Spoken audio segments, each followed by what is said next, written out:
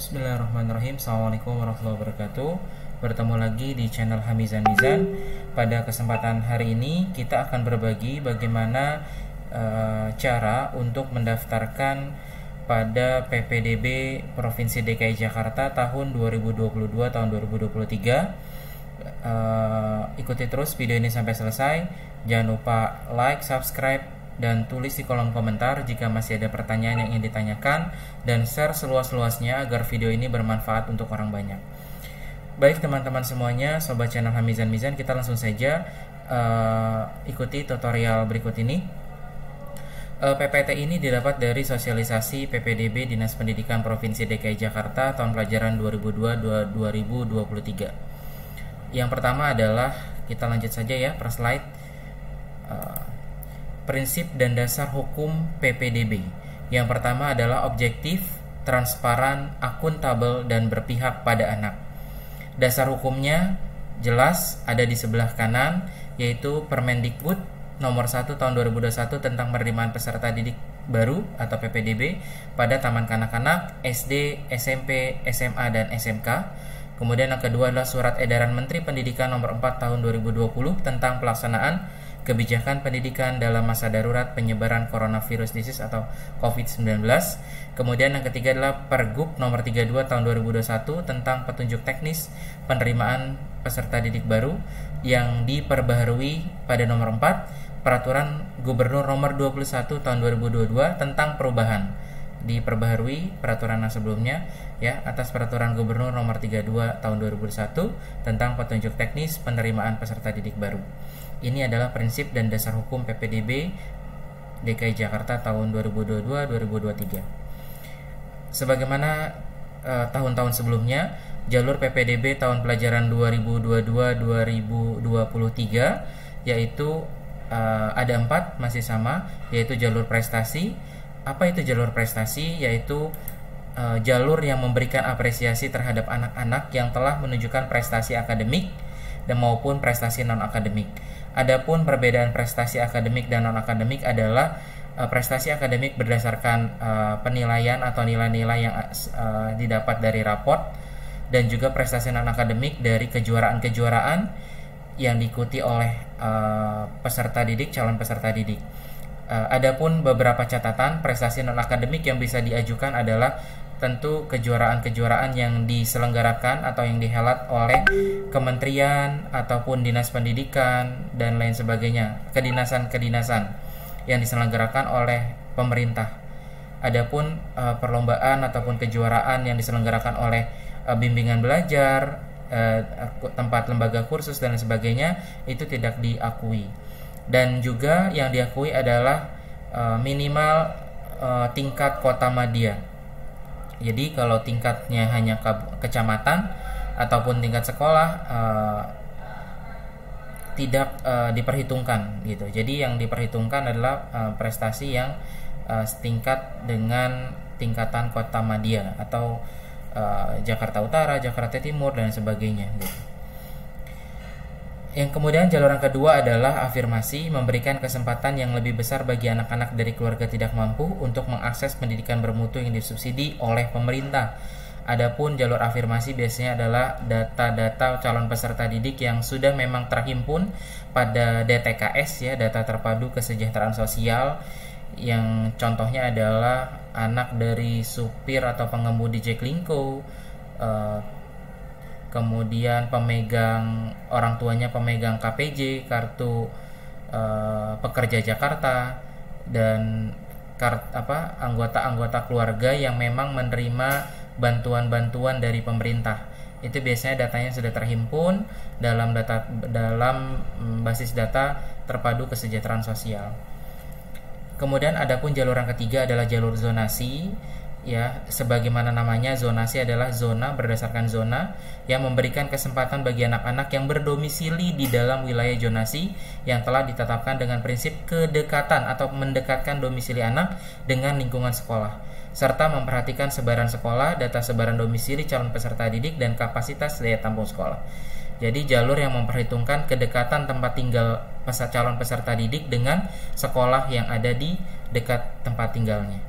Kemudian jalur yang keempat, yang terakhir adalah PTO, pindah tugas orang tua dan anak guru, memberikan kesempatan untuk anak-anak dari keluarga yang orang tuanya pindah tugas, dan bagi anak guru yang ingin bersekolah di tempat orang tuanya bertugas. Jadi sedikit menjelaskan mengenai PTO dan anak guru. PTO di sini maksud adalah mungkin pegawai negeri sipil yang dimutasi ataupun promosi, kemudian ditunjukkan dalam rentang waktu 1 tahun terakhir, ya 1 tahun. Kemudian BUMN, BUMD dan sebagainya yang dimutasi pindah tugas itu bisa mengambil, ya misalkan ayahnya, orang tuanya bertugas, ya berdinas di luar DKI, dan pada saat ini pindah tugas ke DKI Jakarta, itu bisa mengikuti melalui jalur pindah tugas orang tua. Adapun anak guru adalah anak tersebut bisa mengikuti tempat ayah atau bundanya atau ibunya mengajar. Jadi sebagai contoh adalah ibunya seorang guru di SMPA, ya anaknya lulus SD kelas 6 dan dia ingin memasukkan anaknya ke SMPA tersebut, itu bisa melalui jalur anak guru. Bagaimana jika ia ingin di SMPB? Itu tidak bisa melalui anak guru. Jadi yang dimaksud anak guru di sini adalah mengikuti. Jadi cukup jelas anaknya itu di tempat orang tuanya bertugas atau mengajar. Oke, lanjut, next slide. Persyaratan, adapun persyaratannya adalah SD berusia paling rendah 6 tahun pada tanggal 1 Juli 2022, memiliki akte kelahiran atau surat keterangan laporan kelahiran dari pihak yang berwenang, dan tercatat dalam KK yang terbitkan paling singkat 1 tahun sebelum awal tanggal pendaftaran. Jadi bukan ujuk-ujuk, ya, bukan baru masuk dalam KK, tetapi sudah paling singkat 1 tahun sebelum tanggal pendaftaran. Artinya 1 tahun sebelum tanggal 1 Juli 2022, ya. Sebelum pendaftaran itu tanggal berapa, yaitu 1 tahun sebelumnya. Untuk SMP berusia maksimal 15 tahun pada tanggal 1 Juli 2022. Jadi yang usianya lebih dari 15 tahun tidak bisa mengikuti. Lulus SD atau bentuk lain yang sederajat, bisa lulus SD formal ataupun melalui paket A, itu bisa mengikuti PPDB SMP. Tercatat dalam KK yang diterbitkan paling singkat 1 tahun sebelum awal tanggal pendaftaran. SMA berusia maksimal 21 tahun pada tanggal 1 Juli 2022, lulus SMP atau paket B, kemudian tercatat dalam KK yang diterbitkan paling singkat 1 tahun sebelum awal tanggal pendaftaran. Untuk SMK maksimal 21 tahun, tanggal 1 Juli 2022, ya. Lulus SMP atau bentuk lain yang sederajat, tadi sudah disampaikan paket B bisa, tercatat dalam KK dan CPDB disabilitas, memilih kompetensi keahlian menyesuaikan dengan karakteristik kompetensi keahlian yang dipilihnya. Cukup jelas. Kita lanjut ke slide yang berikutnya. Ini data CPDB dan daya tampung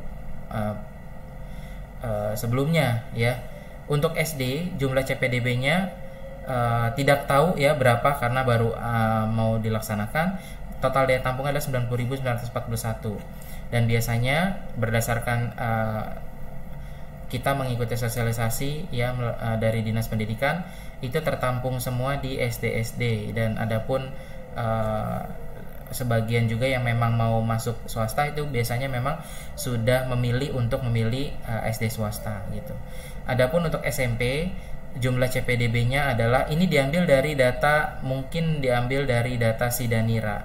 Jadi yang terdata, yang sudah terinput oleh operator di setiap sekolah SD, ya, data anak murid kelas 6-nya sudah terdata, yaitu sejumlah 125.930. Total daya tampung SMP negeri sekitar 71.993 atau tertampung 57,17%. Jadi sisanya biasanya ke sekolah-sekolah MTS dan juga sekolah-sekolah swasta ataupun pesantren. Kemudian untuk SMA dan SMK jumlah CPDB-nya 121.855. Adapun untuk SMA atau MA 29.000 sekian 765, dan SMK 19.026. Adapun yang tertampung sekitar persentase adalah 40%. Nah, untuk tahun ini CPDB di DKI Jakarta ada seleksi bersama, ya, daya tampung bersama dengan SMA swasta, dan itu SMA-nya sudah ditunjuk oleh Dinas Pendidikan, ya, dari sebelum-sebelumnya sudah ditentukan, ada datanya, nanti bisa kita informasikan lagi. Kita punya datanya SMA jumlah di Jakarta Utara, SMA swasta, SMK swasta yang ikut kerjasamakan pada proses PPDB 2022-2023 ini berapa banyak, sudah ditentukan. Nah, ini di bawah datanya adalah jenjang SD, SMP, SMA, SMK, total daya tampung, jalur prestasi sekian berdasarkan persentase yang sudah ditentukan. Jadi untuk SMP jalur prestasi menampung sekitar 16 ribuan, afirmasi 17 ribuan, zonasi 35 ribuan, PTO sekitar 1440-an itu, dan seterusnya bisa dibaca.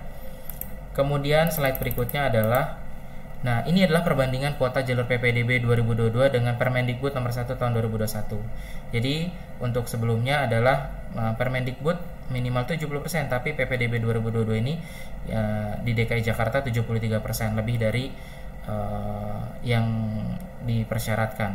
Dan untuk afirmasi 25% dari minimal 15%. Dan untuk PTO dan anak guru maksimal 5%, tetapi PPDB DKI sebesar 2%.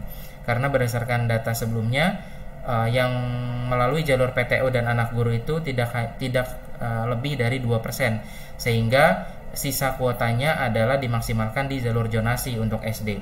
Jadi sayang kalau kita kuotanya 5%, tetapi dari tahun-tahun sebelumnya itu tidak melebihi dari 2% untuk jalur PTO dan anak guru, sehingga itu alasannya 2% ini keluar. Kenapa nggak 5% gitu? Dialihkan untuk SMP, dialihkan ke afirmasi, dialihkan kepada prestasi non akademik, ya kan, dan prestasi akademik. Jadi dialihkan ke yang lainnya kuota. Ini perbandingan ya, tahun yang sekarang dan tahun sebelumnya. Oke, lanjut. Nah, adapun perbandingan tiap jalur ini tahun lalu PPDB 2021 ya, contoh pada persentil nilai rapot top 30% untuk sekolah akreditasi A. Nah, ini adalah yang tahun ini, tahun 2022, akreditasi A peringkat 1 sampai 15 persennya itu pengalinya adalah 100% ya. Jadi kalau tahun lalu untuk sekolah-sekolah yang akreditasinya B itu dikalinya itu lebih rendah dibanding dengan sekolah-sekolah yang akreditasinya A gitu. Begitupun dengan C ya, dan seterusnya. Jadi untuk yang tahun ini adalah untuk akreditasi B bisa tetap 100%, tapi peringkat 1 sampai dengan 10. Bahkan sekolah akreditasi C pun bisa dikalikan dengan 100 jika peringkatnya 1 sampai dengan 5. Jadi memediasi ya sekolah-sekolah yang memang akreditasinya B dan C gitu. Jadi bisa mendapatkan nilainya juga cukup besar gitu. Kemudian untuk afirmasi pada tahun 2022 jenjang SMP SMA afirmasi prioritas pertama, kedua, jika jumlah pendaftar melebihi daya tampung maka dilakukan seleksi menggunakan zonasi, pilihan sekolah, dan waktu mendaftar. Jadi ini 3 faktor pertimbangannya ya untuk jalur afirmasi jika memiliki bobot yang sama. Dilihat dari zonasinya dulu, kemudian pilihan sekolah, kemudian waktu mendaftarnya. Ibaratnya di ranking lagi, diadu lagi.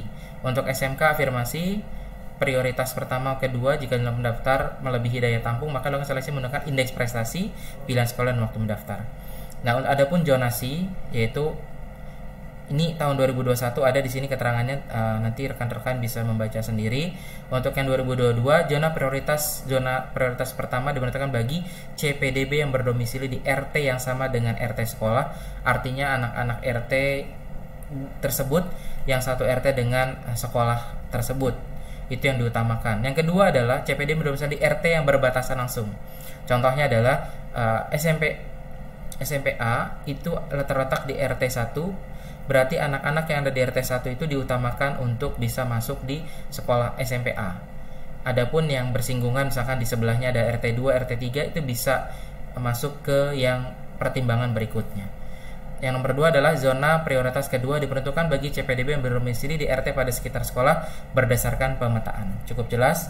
Kemudian jalur PTO CPDB yang orang tuanya mendapatkan surat penugasan dari instansi, lembaga kantor atau perusahaan yang mengerjakan paling lama 1 tahun sebelum awal tanggal pendaftaran. Cukup jelas.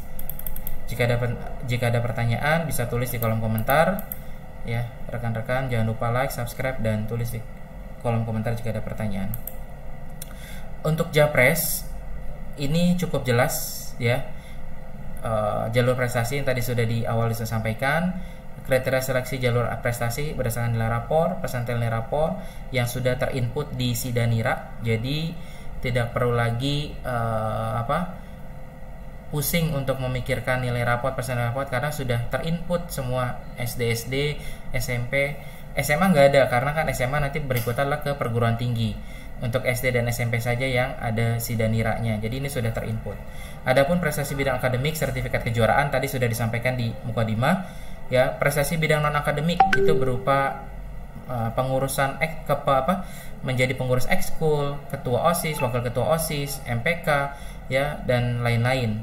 Kemudian persentase non akademik di sekolah asal. Jadi ini ada bobotnya ya. Indikator nilai raport akademiknya 30%, non akademik untuk non akademik 10%. Jadi totalnya 100 masing-masing, akademik 100. Jadi kalau ada nilai raport kemudian persen nilai raport, persen akademik, non akademik itu total 100, dan akademik juga demikian ada totalnya. Kemudian yang berikutnya jalur afirmasi. Tadi juga sudah disampaikan di awal. Kelompok prioritas jalur afirmasi adalah anak panti, anak penyandang disabilitas, anak tenaga kesehatan yang meninggal dunia dalam penanganan COVID. Jadi yang ayah bundanya meninggal karena bertugas menangani COVID-19 itu dapat prioritas. Anak penerima KJP Plus sekaligus penerima PIP kecuali jenjang SD. Afirmasi prioritas kedua, anak penerima KJP Plus yang masih aktif, anak terdaftar dalam DTKS Data Terpadu Kesejahteraan Sosial, anak dari pengemudi Jaklingko, anak dari penerima KPJ.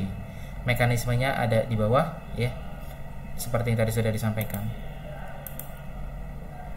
Oke, nah jalur zonasi berdasarkan namanya saja sudah terlihat jelas berdasarkan zona. Jadi prioritas pertama adalah yang satu RT dengan sekolahnya. RT yang prioritas kedua adalah RT yang berbatasan langsung bersinggungan dengan RT sekolah tersebut. Yang B adalah zona prioritas kedua bagi CPDB yang berdomisili di RT pada sekitar sekolah. Jadi kalau masih kurang dari RT yang ada di sekitar sekolah dan RT sekolah itu makin meluas lagi, RT yang ada radiusnya semakin meluas lagi kalau memang masih ada kuota.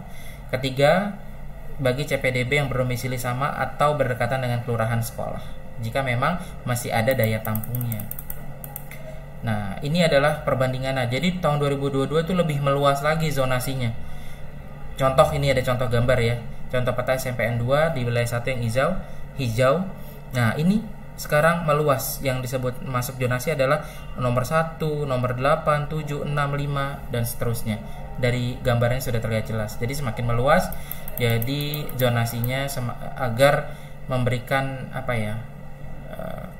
kemerataan. Jadi semakin meluas. Karena kalau wilayah nomor 1 saja yang diikutkan mungkin masih sisa daya tampungnya. Jadi diperluas lagi.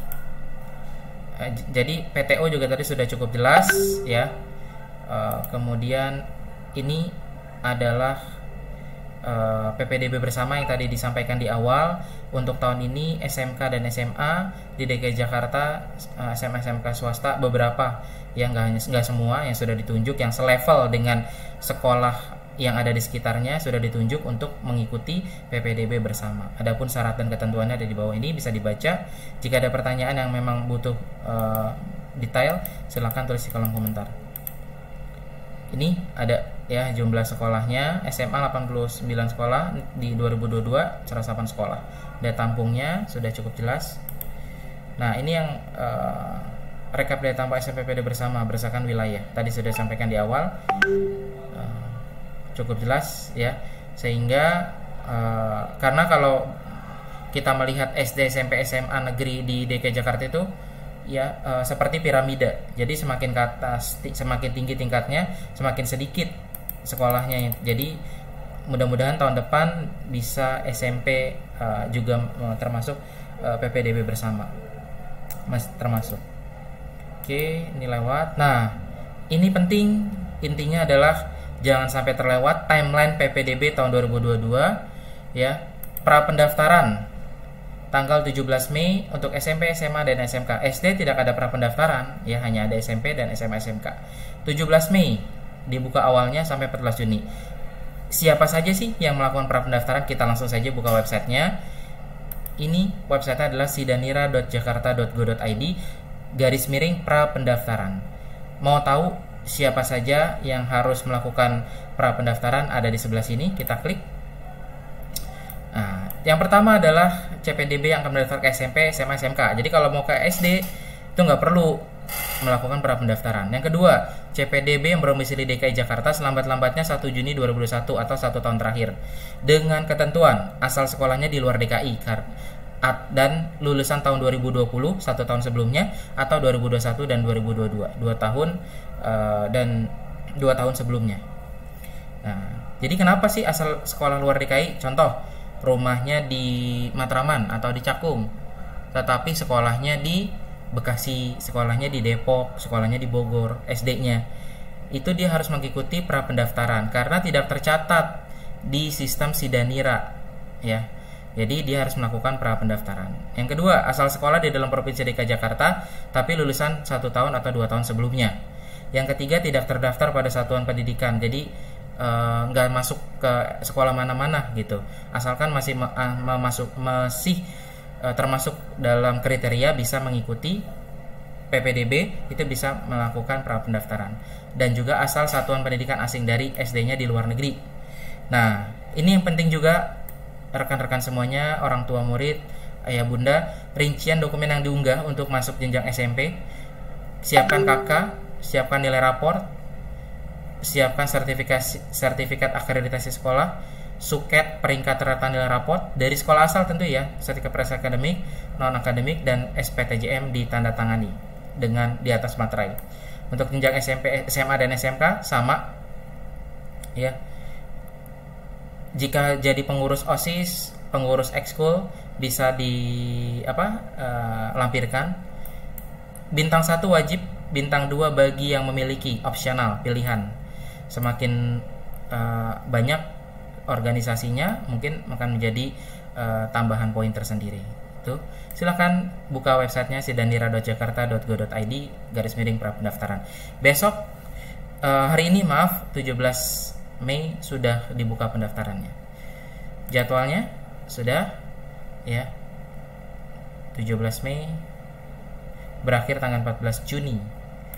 Alurnya cukup jelas. Jadi semua dilakukan dari rumah alias online.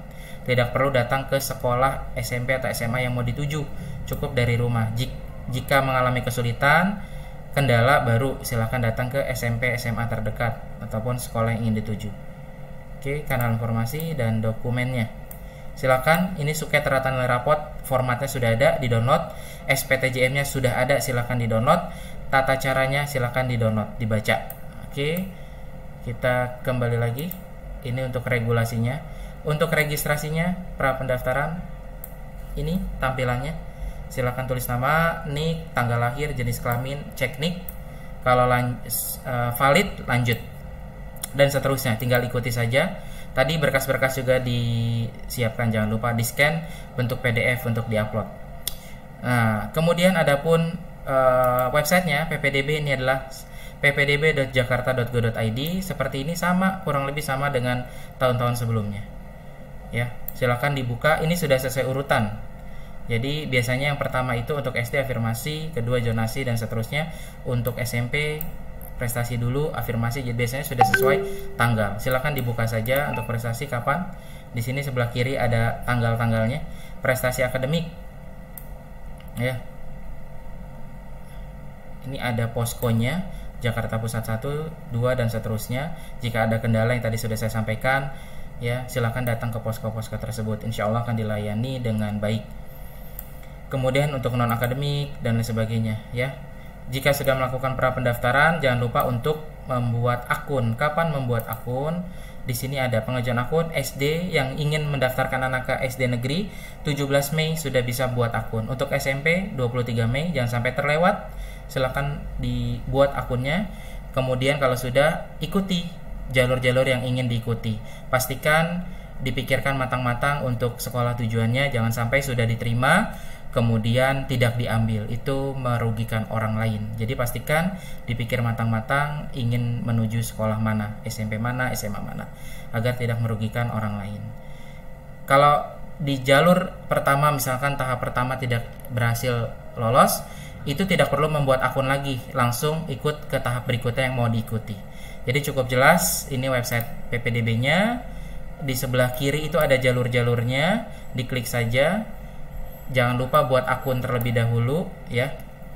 Melakukan pengajuan akun di sini yang biru, iya. Melakukan pengajuan akun karena belum buka, nanti pada tanggal yang dibuka SMP tanggal 23 Mei. Oke, terima kasih.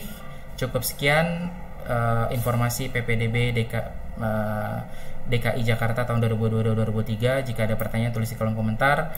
Kita sama-sama belajar, sama-sama berbagi. Mudah-mudahan video ini bermanfaat untuk ayah bunda semuanya yang ingin menyekolahkan di SD, SMP, SMA, SMK negeri di DKI Jakarta pada tahun ini. Silakan, kurang lebihnya mohon maaf. Jangan lupa like, subscribe, tulis di kolom komentar jika ada pertanyaan, dan share seluas-luasnya agar video ini bermanfaat untuk orang banyak. Terima kasih. Wassalamualaikum warahmatullahi wabarakatuh. Selamat siang untuk semuanya.